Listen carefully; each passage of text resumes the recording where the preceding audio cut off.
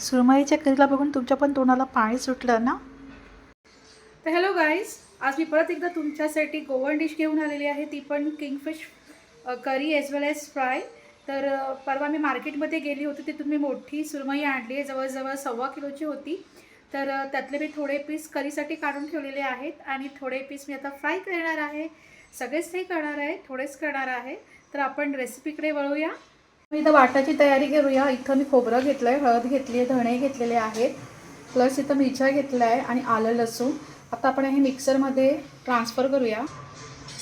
अगोदर मिरच्या टाकूया आणि पाणी जास्त नाही टाकायचं, वाटताना कमीच टाकायचं.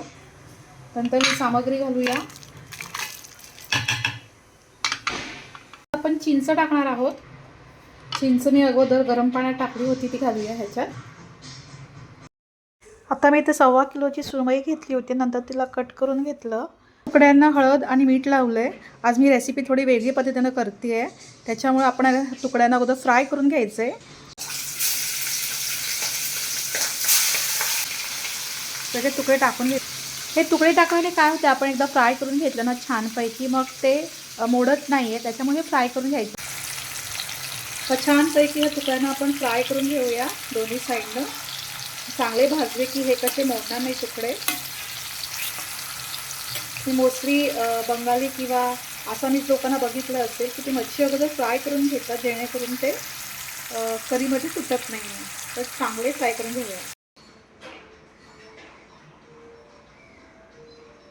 तयारी करते. तर आपल्याला फिश फ्राय करायचं आहे, तर मी तर चिंचेचं पाणी घेतलेलं आहे. आता ही ग्रीन पेस्ट आहे जी आपण टाकणार आहोत मसाला वापरायला मच्छीला, जेणेकरून आलं लसूण आणि हिरवी मिरची कोथिंबीरचं हे आहे. हळद टाकायची आहे, म्हणजे हिरवस वास न यायला आपल्याला. आणि लाल तिखट ऑब्व्हियसली जेवढं तुम्हाला पाहिजे तेवढं लाल तिखट घ्या. आणि ऑफकोर्स मिठाशिवाय तरी होऊ शकत नाही आहे. हे सगळे इन्ग्रेडियंट आपल्याला चांगलं मिक्स करून घ्यायचं मसाला मच्छीला लावायला. ऑलरेडी मी मच्छी मीठ लावून धुतलेली होती. ह्यात पाहिजे तुम्ही लिंबू पण टाकू शकता, पण मी चिंचेचं पाणी घातलं त्याच्यामुळे हे एवढं बस आहे. तर आपण मच्छी घेऊया आपली. तर ज्या भांड्यात आपण मच्छी भाजली होती त्याच भांड्यात आपण हे कांदे टाकूया. जवळजवळ 2 कांदे घेतलेले आहे. तो तेल राहिलं होतं, तो वेस्ट न करता आपण हे छानपैकी भाजून घ्यायचं कांदा तेलात. आणि आता आपण हे वाटण टाकणार आहोत, जे मिक्सरमध्ये वाटलं होतं. छानपैकी मिक्स करून घ्यायचं. तेल सुटायला लागलेलं आहे, तर आपण राहिलेलं पण जे आहे मिक्सरमध्ये ते टाकूया पाणी घालून. जेवढी तुम्हाला कन्सिस्टन्सी वाढवायची आहे तेवढे तुम्ही वाढवा. हे बघा, मिरच्या टाकूया आपण. कोकम टाकते आहे, कारण ऑलरेडी मी हे टाकलं होतं चिंच, त्याच्यामुळे कोकम मी थोडीशीच टाकलेली आहे. त्याला चांगली उकळी आणायची, नंतर मच्छीचे पीस सोडायचे आपण. जी सुरमई आपण थोडी फ्रायसाठी ठेवलेली होती त्याला आपण हे मसाला लावूया जो केलेला आहे. हा मी मगाशी मसाला करून ठेवला होता, तो छान त्याला मॅरिनेट करून घेऊया सगळ्या मच्छीला.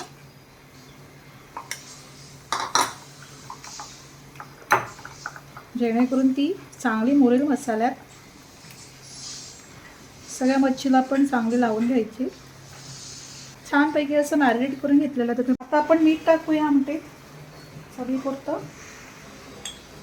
कारण आपण मच्छीला पण मीठ लावलं होतं, त्याच्यामुळं थोडंसंच अंदाजे बेताने मीठ टाकायचं.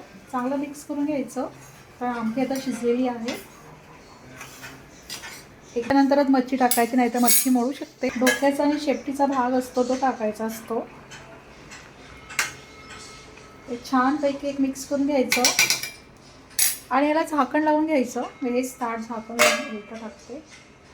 एक 5 मिनटं ठेवायची आहे एकदम सुरमईची करी. आपण मच्छी फ्राय करूया. तरी छोटासा पॅन घेतलेला आहे, त्याच्यात मी आता मच्छी टाकते आहे. तेल छानपैकी गरम झालेलं आहे, बघू शकता तुम्ही.